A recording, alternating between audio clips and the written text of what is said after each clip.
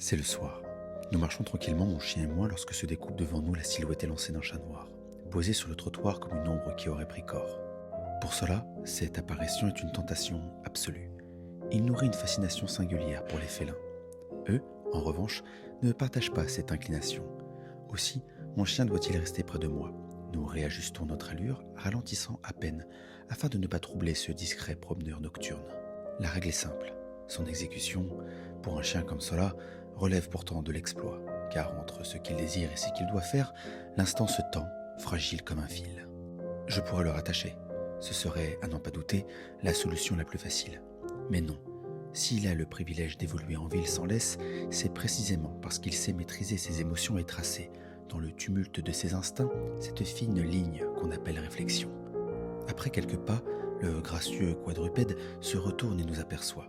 Le temps se suspend, le chat semble s'étonner de cette maîtrise si rare chez un représentant d'une espèce d'ordinaire si prompte à la poursuite. Alors, avec une lenteur presque cérémonieuse, il choisit de s'effacer.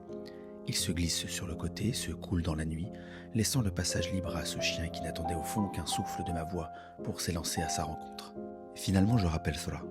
Il revient aussitôt, vient se placer entre mes jambes et s'assoit, comme pour sceller cette scène et parachever la démonstration d'un contrôle que l'on dit si souvent impossible pour les huskies.